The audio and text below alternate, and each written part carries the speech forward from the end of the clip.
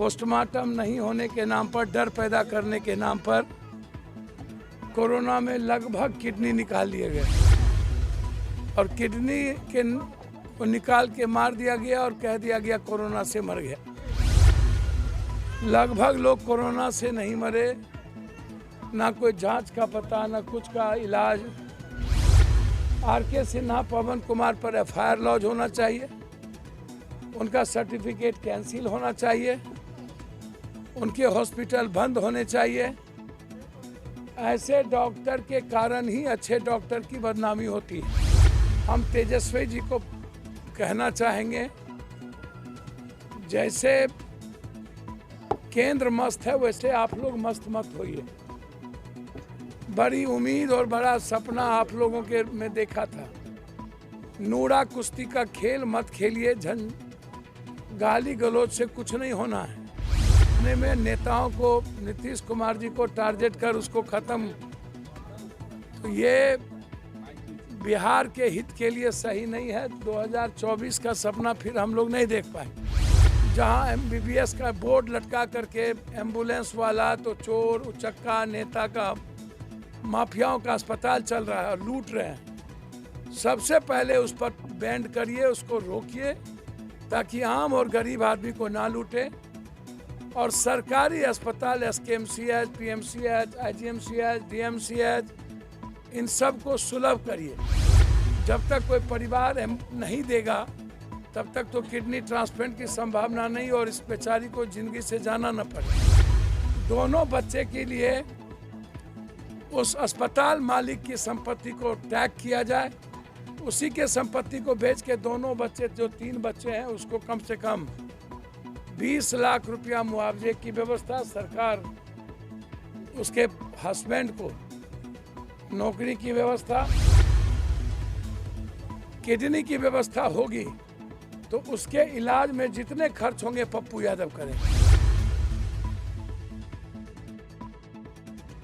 मुजफ्फरपुर के SKMCH में पहुंचे जाप सुप्रीमो पप्पू यादव ने किडनी कांड की पीड़िता सुनीता से मिले और कुछ आर्थिक मदद कर कहा कि इस मामले को वह गंभीरता से लेकर सरकार के समक्ष उठाएंगे।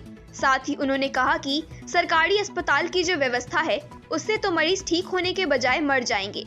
उन्होंने तेजस्वी यादव से मांग किया कि वह 2024 के लड़ाई के लिए सबसे पहले सरकारी अस्पताल की व्यवस्था को ठीक करे। अस्पतालों में सूची के अनुसार दवा नहीं मिलती, मरीजों की जांच की व्यवस्था को दुरुस्त करना होगा। उसी तरह मेडिकल काउंसिल के नियम अनुसार जो अस्पताल चल रहे हैं वैसे अस्पताल को बंद कर दिया जाए। स्वास्थ्य मंत्री तेजस्वी यादव के लिए चुनौती है कि अस्पतालों दलालों पर अंकुश लगाने का काम करे।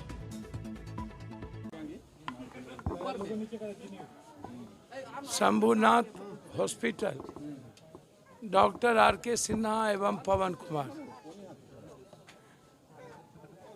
एक कमजोर गरीब दलित की बेटी के इलाज के संदर्भ में दोनों किडनी निकाल लिया गया। इससे बड़ी घटना दुनिया में क्या होती है?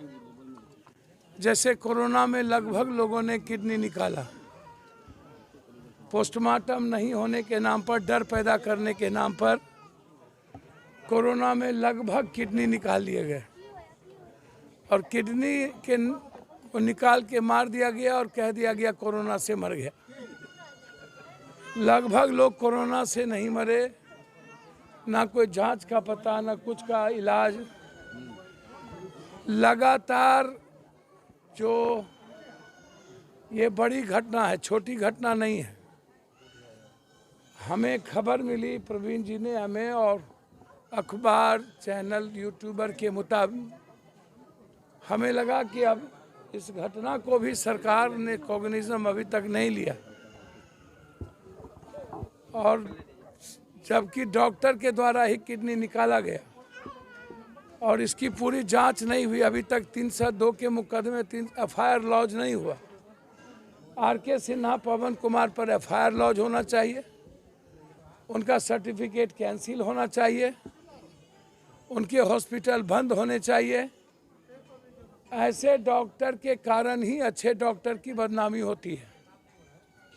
जो बेस्ट डॉक्टर हैं, जो जिसकी संख्या 10% है मात्र, लगभग 90% डॉक्टर जो झोला छाप टाइप के या MBBS नहीं है या गलत क्लिनिक खोले हुए हैं, मेडिकल काउंसिल ऑफ इंडिया का कोई रूल आउटपुट नहीं है, लगातार बीमारी बढ़ने के कारण ये ड्रग्स माफिया और ये हॉस्पिटल की मिली भगत और सिस्टम की मिली भगत, हम तेजस्वी जी को कहना चाहेंगे जैसे केंद्र मस्त है वैसे आप लोग मस्त मत होइए।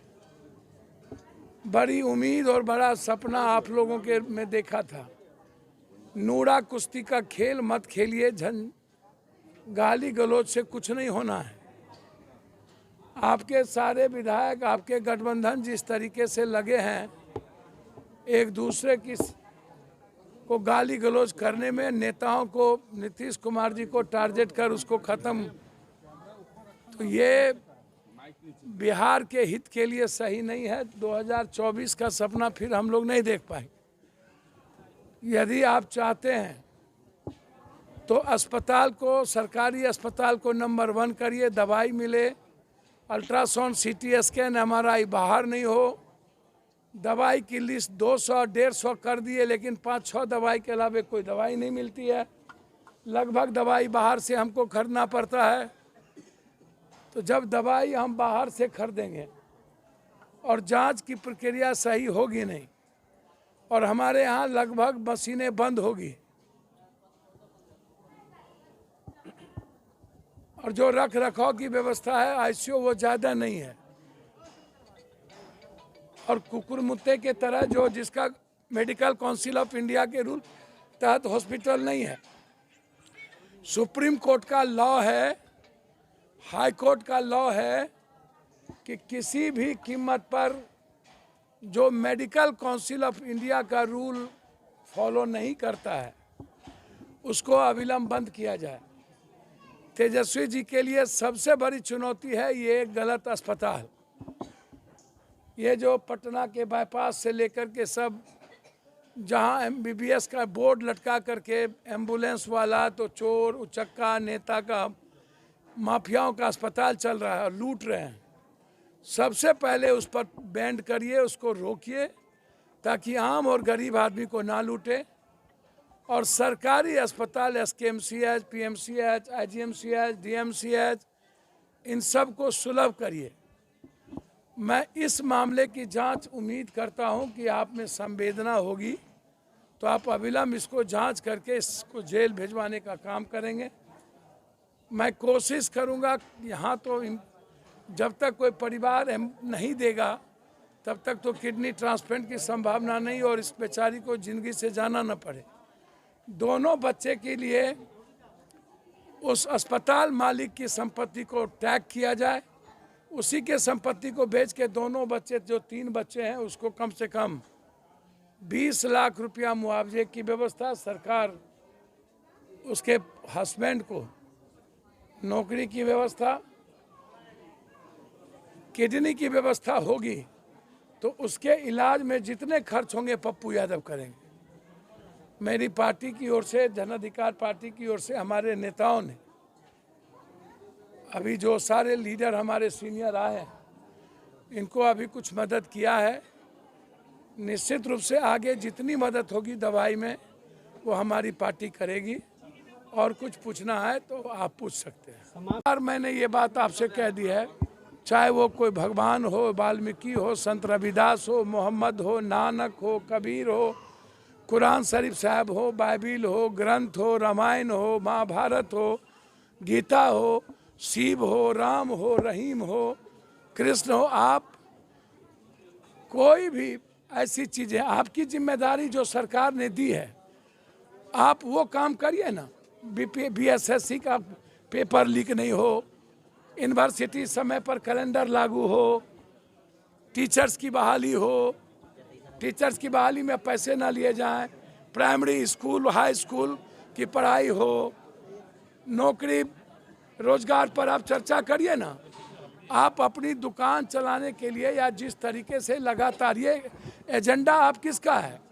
लालू यादव जी के नहीं रहने से लगातार जो लोग चाहे वो कभी कोई शिखंडी, कभी कोई भिखारी, नीतीश कुमार जी को गठबंधन के नेता पर हमला, और जिस तरीके से तेजस्वी जी के बाद भी इनके नेता मानने को तैयार नहीं है, लगातार गाली दे रहे हैं।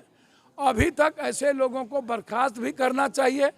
नीतीश कुमार जी को, ऐसे लोगों को जो लगातार बीजेपी का एजेंडा सेट करने को तैयार बैठा हुआ है, मैं चाहूँगा ऐसे लोगों को किसी भी कीमत पर एक पल भी रहने का राइट नहीं है।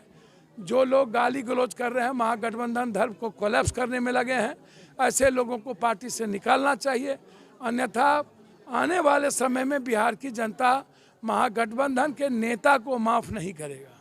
कौन जगह जब लोकसभा के बाहर, विधानसभा के बाहर, सेक्रेटरिएट के बाहर, सेक्रेटरिएट के भीतर सब दलाल बैठा है, तो SKM-CH के बाहर तो दलाल बैठेंगे ना।